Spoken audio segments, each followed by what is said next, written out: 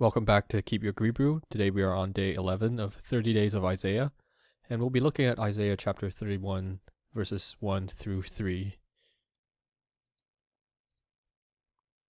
Let's start with verse 1. Hoi hayoredim mitzrayim le'ezra al-susim yisa'enu va-yiftechu al-rechev ki rav va'al parashim ki atzemu ma'od velo sha'u al kadosh Yisrael ve'et Adonai lo darashu. Okay, let's work through the translation.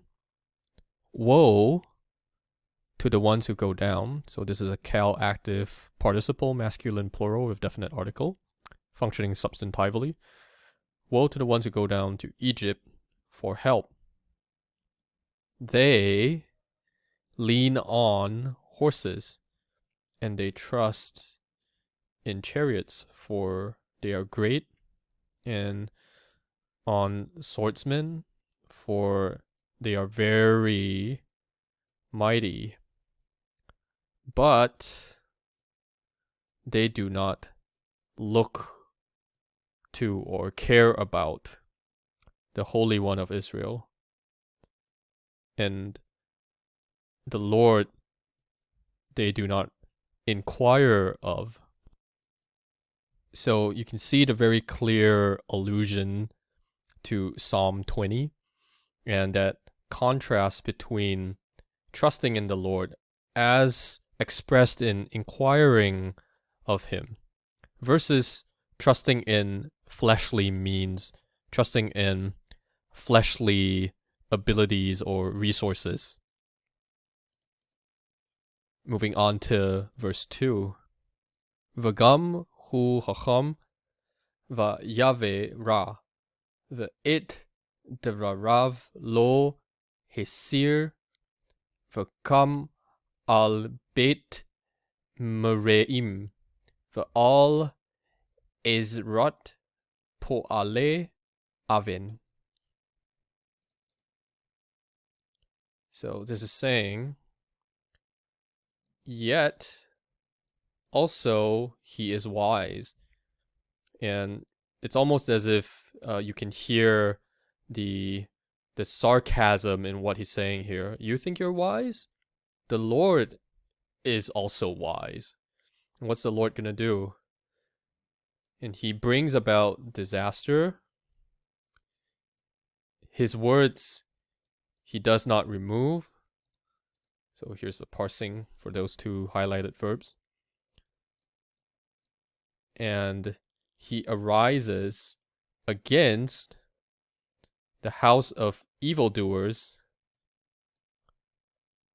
and against the helpers of the workers of iniquity. So the house of evildoers here actually represents Egypt, as we'll see in context. Moving on to verse 3. U Mitzrayim Adam velo el v'susehem basar velo ruach v'Adonai yate yado v'chashal ozer v'nafal azur v'yachdav kulam yichlayun. For Egypt is man and not God, and their horses are flesh and not spirit. So the Lord will stretch out his hand, and as a result, I'm translating this as a result clause because of the v'katal, and as a result, the helper will stumble and the helped will fall. So this is an active participle, cal active participle, and this is a cal passive participle with a defectively written shurek, written as a kibbutz. And together, all of them will be finished. So what's interesting about this verb in yellow is that it comes from kala, and it might not be immediately obvious. This is a yiktol or imperfect 3MP. You can see that from the vocalic supportive. And what do we have over here? It's a paragogic nun. One of the possible uses of the paragogic nun is to mark a salient theme in a passage.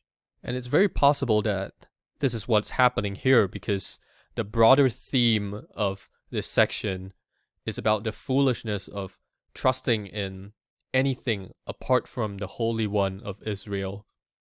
We see this theme emphasized in the New Testament in places like 1 Corinthians chapter 1. We see the contrast between the wisdom of God and worldly wisdom. So verses 18 and 19 of 1 Corinthians chapter 1 read, "For the word of the cross to the ones who are perishing is foolishness, but to us who are being saved, it is the power of God. For it is written," and this is actually a quotation from Isaiah chapter 29, verse 14b, "I will destroy the wisdom of the wise, and the discernment of the discerning I will confound," or I will thwart. And we'll see that the wording is almost identical to the Septuagint, which reads, "I will destroy the wisdom of the wise and the discernment of the discerning I will hide." Interestingly, the Septuagint uses a verb that's similar to what's used in the Masoretic text, and Paul's quotation modifies word choice to foreground that the Lord has a very active role in confounding or thwarting the wisdom of the wise, in inverted commas.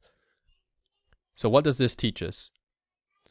It presents us with a challenge. Will we trust in the Lord's means to save and preserve his people, or will we trust in our own fleshly machinations? So there's a warning here about how foolish it is to rely on the man-centered wisdom of this world. Individually, we all have ways in which we tend to depend on ourselves instead of the Lord.